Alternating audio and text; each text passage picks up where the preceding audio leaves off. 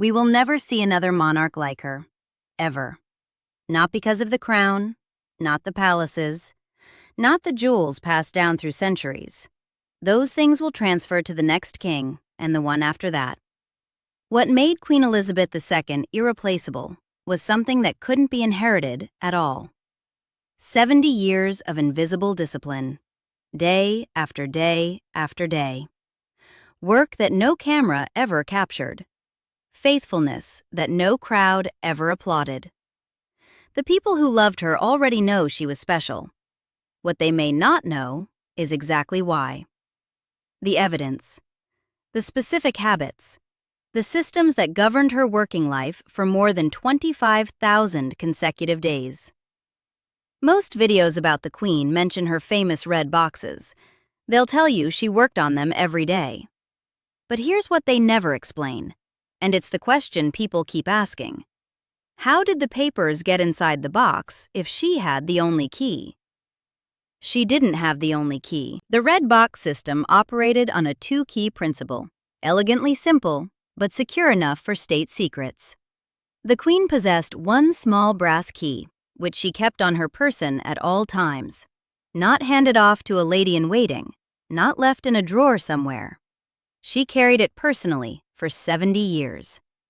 The other key belonged to her duty private secretary. Documents could only enter the box when the private secretary locked them inside, and only the Queen could open it to read them. When she finished reviewing the papers, annotating them, making decisions, she'd lock the completed work back inside. Then, only the private secretary could retrieve it. Bilateral security. Accountability at both ends. A system dating back to the reign of the first Queen Elizabeth, though the distinctive crimson leather design evolved during the Victorian era.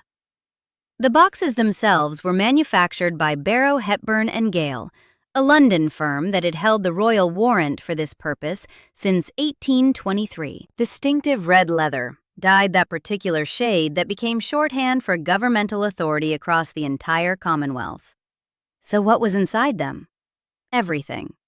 Cabinet documents summarizing ministerial discussions, parliamentary summaries detailing debates in both houses, Foreign Office dispatches from ambassadors across the globe, intelligence briefings, legislation requiring royal assent, appointments to senior positions in the Church of England, the judiciary, the civil service, correspondence from prime ministers across the realms that still recognized her as head of state.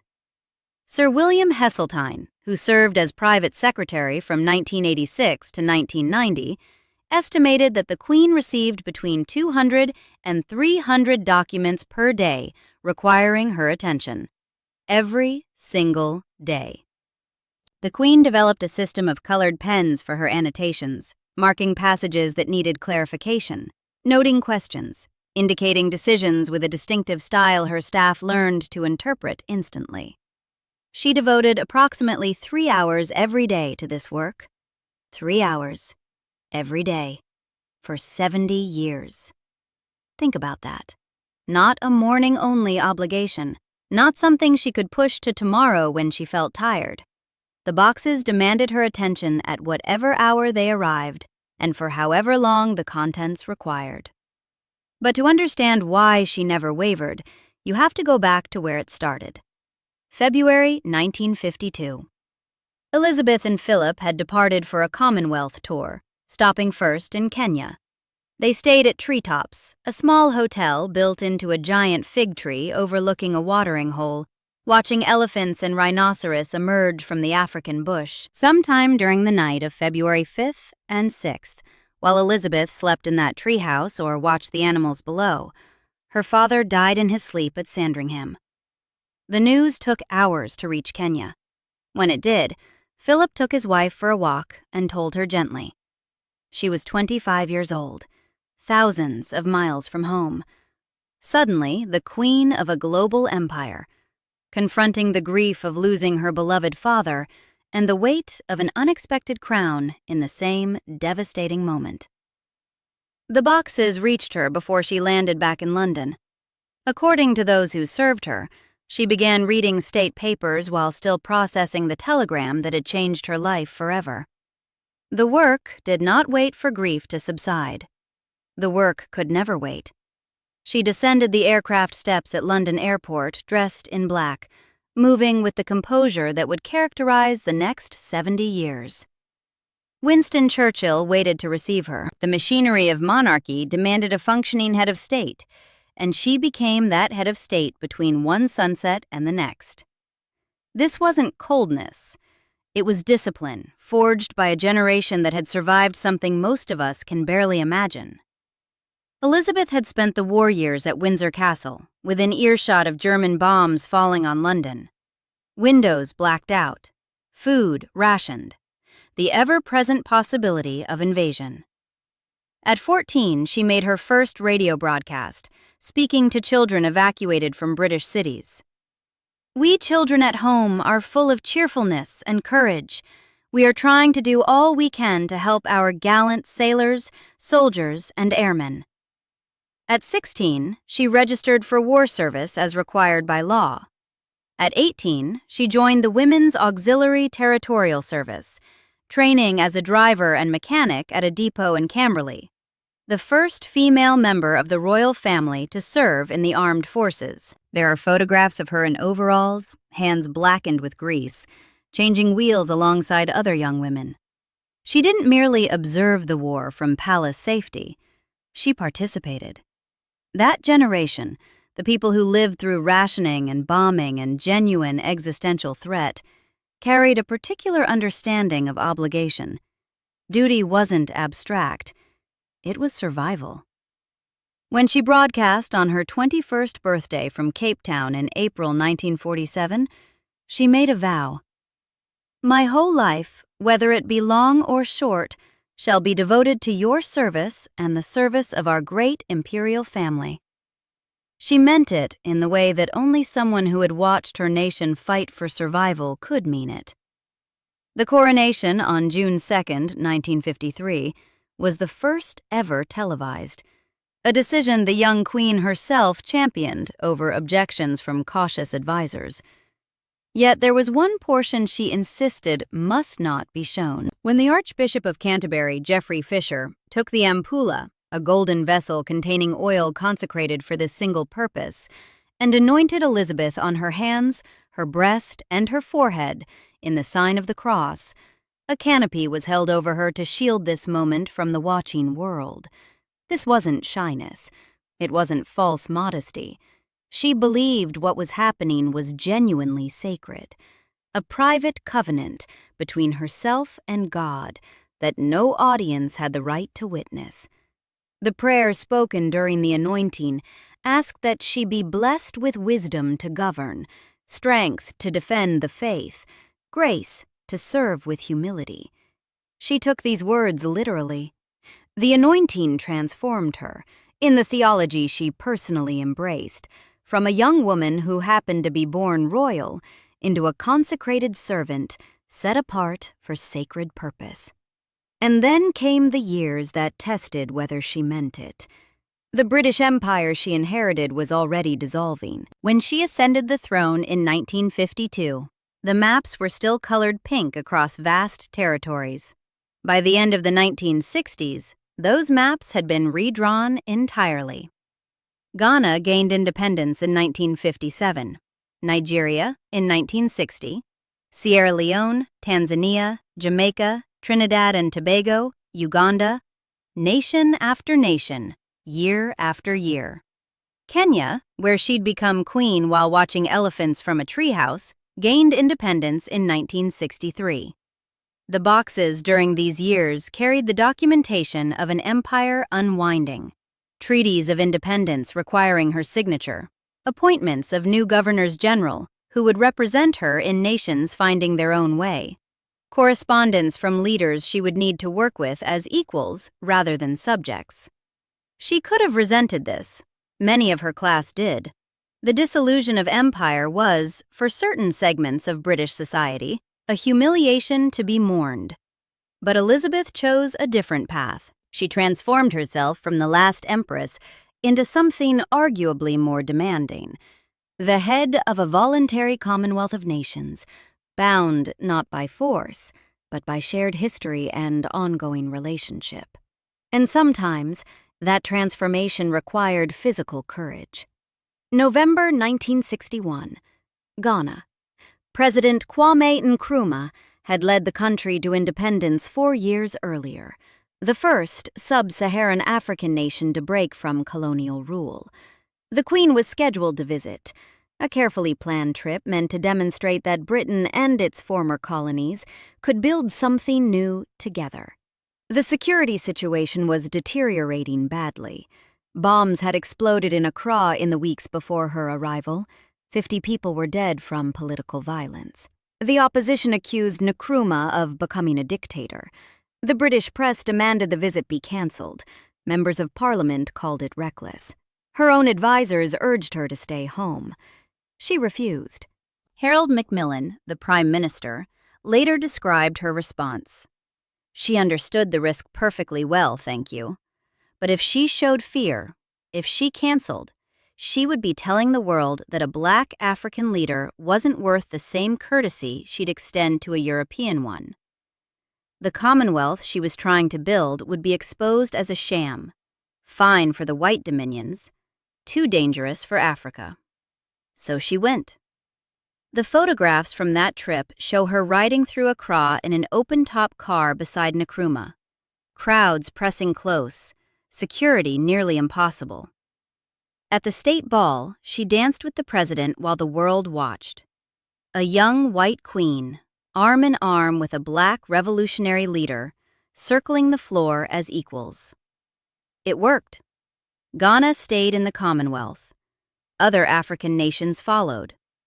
The voluntary association she was building proved it could survive decolonization, but the discipline required to make decisions like that, to override your own advisors, to accept physical danger in service of a larger vision, to smile through a state dinner when you know bombs have been exploding in the streets outside. That's not something you're born with. That's built. 5 years later, another test.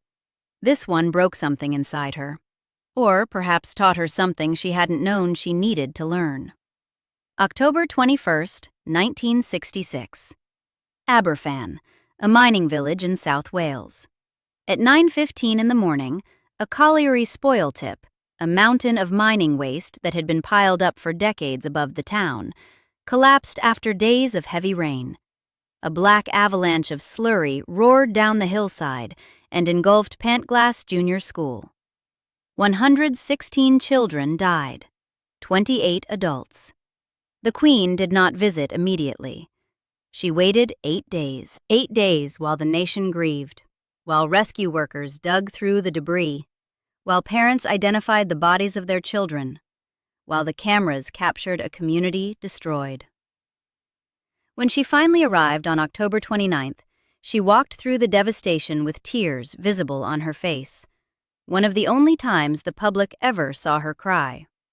She spent hours with the bereaved families. She returned again in 1973, and in 1997, and in 2012. But those 8 days haunted her. Years later, she described the delay as her greatest regret. She had been advised that her presence would be a distraction, that the rescue efforts required focus, that royal visits demand resources and attention that should go to the victims. All reasonable arguments. All wrong. What Aberfan taught her, what she carried for the rest of her reign, was that sometimes the discipline of restraint fails. Sometimes people need to see that you feel what they feel. The stoic composure that served her through political crises and constitutional emergencies was not always what grieving communities required. She never made that mistake again. When tragedy struck, and it would strike many more times across the decades, she went. Quickly. Visibly. The boxes still came during those trips. The discipline remained. But it expanded to include something her generation had not been trained for: the public display of empathy. On a day when she opened a new hospital, received 3 ambassadors presenting credentials, held an investiture for 60 recipients of honors, and hosted a state dinner for a visiting head of government, the boxes still arrived. On a day when she traveled from London to Edinburgh, the boxes traveled with her, packed by staff and waiting in her private compartment on the royal train. On a day when she was aboard the royal yacht Britannia, crossing the Pacific for another Commonwealth tour, the boxes arrived by diplomatic pouch, sometimes parachuted to the yacht from Royal Air Force aircraft if the schedule demanded it. Parachuted to a yacht in the middle of the ocean, because the work couldn't wait. The boxes followed her to Sandringham for Christmas, to Balmoral for summer holidays, to Windsor for Easter. They arrived on her birthday. They arrived on her wedding anniversary. The only day of the year when the red boxes didn't demand her attention was Christmas Day itself, a single annual reprieve she insisted upon as sacred family time. Every other day, every year, for 7 decades. She never allowed them to accumulate. Sir Christopher Geidt, who served as private secretary from 2007 to 2017, spoke after her death about her extraordinary discipline. She never pushed today's work to tomorrow, never asked for extensions, never complained about volume. If a crisis generated an unusually heavy load, a war, a constitutional emergency, a governmental collapse in one of the realms, she simply worked longer hours until it was done. But perhaps the most demanding discipline of her reign wasn't the paperwork, it was the audiences. Every week, usually on Wednesday evenings when she was in London, the Prime Minister came to Buckingham Palace for a private meeting with the Queen. No advisors present, no minutes taken, no record kept. Just the monarch and the head of government, alone in a room, for approximately 30 minutes. 15 prime ministers across 70 years, conservatives and labor, men and women, aristocrats and grammar school boys, war heroes and peacetime managers. She treated them all with the same constitutional courtesy. But that doesn't mean it was easy. Harold Wilson became Prime Minister in October 1964, a pipe-smoking Yorkshireman, son of an industrial chemist, educated at state schools, proudly working class in a way that contrasted sharply with the upper-class world the Queen had always inhabited. The gossip columns predicted awkwardness. The Queen was assumed to be a natural conservative, more comfortable with landed gentry than labor firebrands. What actually happened surprised everyone. Wilson and Elizabeth developed something close to genuine friendship. He found her witty and well-informed. She found him respectful but not obsequious.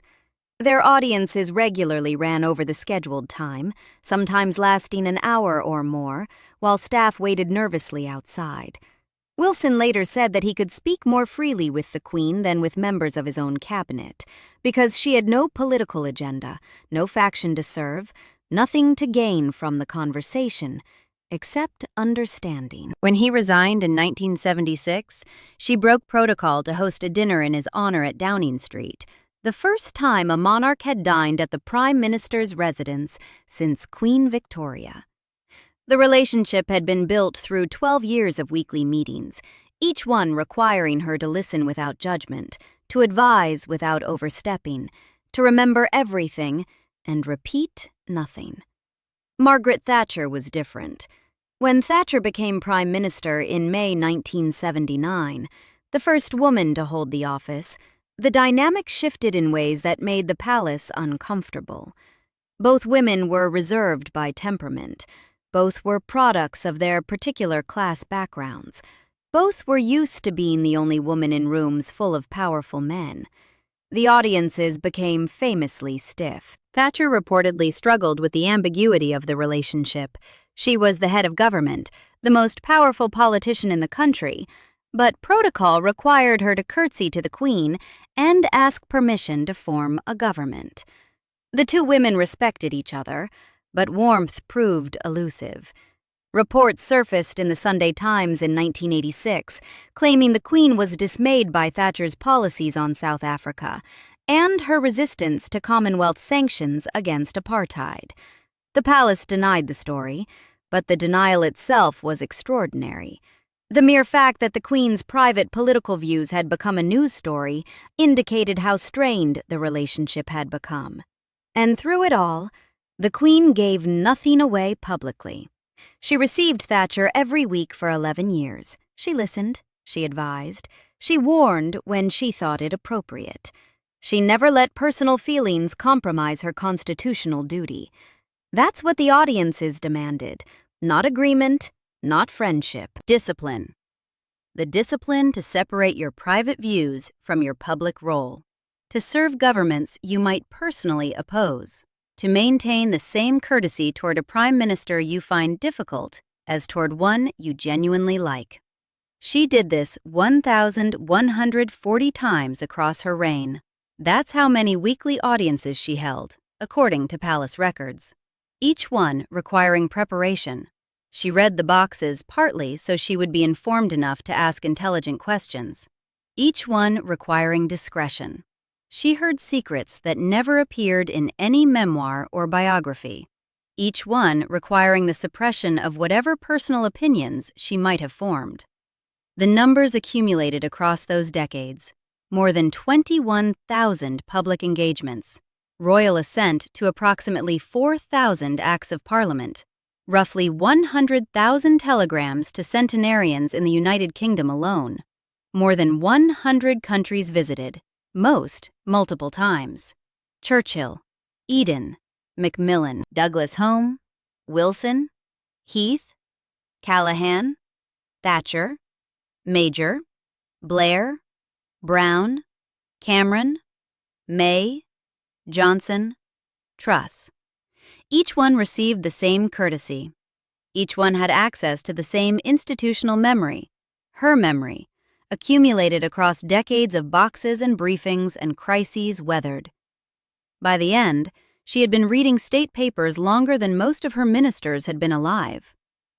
But here's what most people miss entirely when they talk about her discipline. They forget what powered it. The competing documentaries about Queen Elizabeth mention her faith precisely 0 times. They skip right past it. Which is strange, because her faith wasn't incidental to her discipline. It was the engine driving it. Her friendship with the American evangelist Billy Graham lasted from 1955 until his death in 2018, more than 60 years. What began as a formal invitation to preach at Windsor became something genuine and sustained. Graham, famously discreet about private conversations with world leaders, made an exception when discussing the Queen.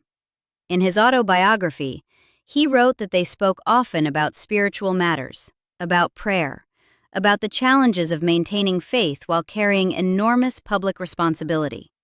He described her as possessing a genuine personal relationship with Christ that went far beyond the formal requirements of her position. After Graham died, his son Franklin wrote that his father considered his friendship with the Queen one of the great privileges of his life, that they had talked and prayed together on numerous occasions. She maintained a practice of private evening prayer throughout her life. Those who knew her understood that she prayed for her family, for her country, for the Commonwealth, for the sick and suffering, and for guidance in the decisions she faced. This wasn't perfunctory habit. It was discipline maintained into her 90s. She attended church services every Sunday when at Sandringham or Balmoral, walking to the local parish church, sitting in the congregation. She received communion regularly. She knew the Book of Common Prayer by heart from a lifetime of use. Her Christmas broadcasts, which she drafted largely herself, unlike her official speeches, provided windows into this interior life that she otherwise kept private. In 2000, she said directly, "For me, the teachings of Christ and my own personal accountability before God provide a framework in which I try to lead my life." By 2002, her Golden Jubilee year, "I know just how much I rely on my own faith to guide me through the good times and the bad. Each day is a new beginning. I know that the only way to live my life is to try to do what is right, to take the long view, to give of my best in all that the day brings, and to put my trust in God." And in 2014, even more explicitly, For me, the life of Jesus Christ, the Prince of Peace, whose birth we celebrate today, is an inspiration and an anchor in my life. An anchor.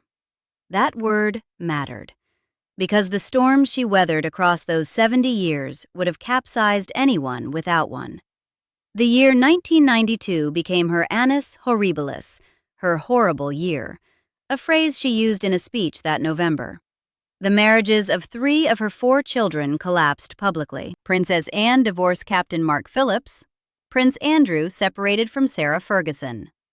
Most painfully, the Prince and Princess of Wales separated after years of tabloid speculation about their respective infidelities. Then, Windsor Castle caught fire on November 20th, destroying or damaging more than 100 rooms in the medieval fortress that had been a royal residence for nearly 1,000 years. She was photographed watching her family home burn, her face showing rare public emotion. Her speech at Guildhall 4 days later revealed a voice strained and composure tested. 1992 is not a year on which I shall look back with undiluted pleasure. The boxes continued to come throughout that terrible year. She continued to do the work. The faith and the discipline were not separate. As Graham observed, her conviction that she had received a sacred calling at her coronation was what powered the relentless faithfulness of her daily work. The boxes weren't a burden to be endured, they were a sacred responsibility to be honored. 5 years after that terrible year, something worse. Diana, Princess of Wales, died in a Paris tunnel on August 31, 1997. The Queen chose to remain at Balmoral with her grandsons William and Harry rather than return immediately to London. The tabloids screamed that she was cold and out of touch. What the public didn't see was documented by those present. She was simultaneously comforting 2 devastated children, managing a family in shock, and continuing to fulfill her governmental responsibilities. The boxes arrived in Scotland just as they arrived everywhere else. The work did not stop because the tabloids were angry. When she finally addressed the nation in a live broadcast on September 5th, the evening before Diana's funeral, she spoke as a grandmother and acknowledged Diana's extraordinary qualities. The crisis passed. The discipline held. The final years tested her differently. Prince Philip, her husband of 73 years, died on April 9, 2021. Due to pandemic restrictions, she sat alone in St. George's Chapel during his funeral, a small figure in black, masked, separated from her family by regulations that applied to everyone. The boxes came the next day. She returned to public duties within days. The work continued. The discipline held. Her mobility declined. She began using a walking stick, then a wheelchair for longer distances. But she did not stop working. She did not hand the boxes to someone else. She did not ask for reduced responsibilities. She worked 2 days before she died. The photographs from September 6, 2022, show her standing with a walking stick, but standing nonetheless, receiving Liz Truss at Balmoral to invite her to form a government, her 15th Prime Minister. She was 96 years old.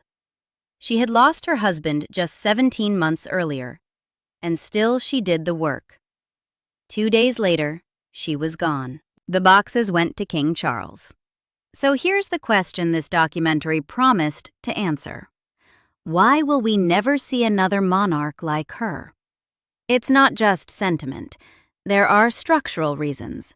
Her reign lasted 70 years and 214 days, the longest in British history, longer than Victoria, longer than any European monarch who ever lived. She ascended the throne at 25 and died at 96, having devoted her entire adult life to one single purpose. King Charles III became monarch at 73 years old, even if he lives as long as his mother, and medicine advances do make that possible. He cannot match the length of her service. The mathematics don't permit it. But it's not just about duration. Queen Elizabeth came from a generation shaped by total war and genuine existential threat. The sense of duty that defined her was forged in circumstances that no longer exist in the modern Western world. Her children and grandchildren inherited her titles, but not her context. And that's not their fault. It's simply history. The world has also changed around the monarchy in ways that make her kind of discipline harder to maintain. Social media scrutiny that she never had to navigate for the first 50 years of her reign. Tabloid culture that has grown exponentially more intrusive. Public expectations of emotional transparency that conflict with the stoic composure her generation valued. She never had to worry about an Instagram following, never had to craft a personal brand, never had to perform authenticity for an audience that demands constant access. She simply did the work, day after day, largely invisible, and trusted that the work itself was the point. That trust in invisible labor belongs to a different era. The dedication she modeled? 3 hours of paperwork every single day for 70 years. Prayer every evening. Church every Sunday. Never complaining, never explaining. Requires a particular kind of formation that our current world doesn't produce. She was made by empire, by war, by a religious conviction that she was set apart for sacred service. Those conditions will not recur. Here's what stays with me about Queen Elizabeth II. We talk a lot about her crown, her castles, her jewels, the visible inheritance that passes from monarch to monarch according to ancient rules. But the invisible inheritance, the discipline she carried for 7 decades, that's not transferable. It can only be built, slowly, over a lifetime. And even then, only by someone with her particular combination of faith, formation, and historical circumstance. The evidence shows she was exactly as special as the people who loved her believed. Not because she was born royal. Anyone can be born royal. Because every single day, for 25,000 days, she chose to honor the vow she made at 21 years old. Whether it be long or short, devoted to service. It was long. It was devoted. And that kind of faithfulness, quiet, invisible, relentless, belongs to an era that is past. We will never see another monarch like her. Subscribe for more stories like this.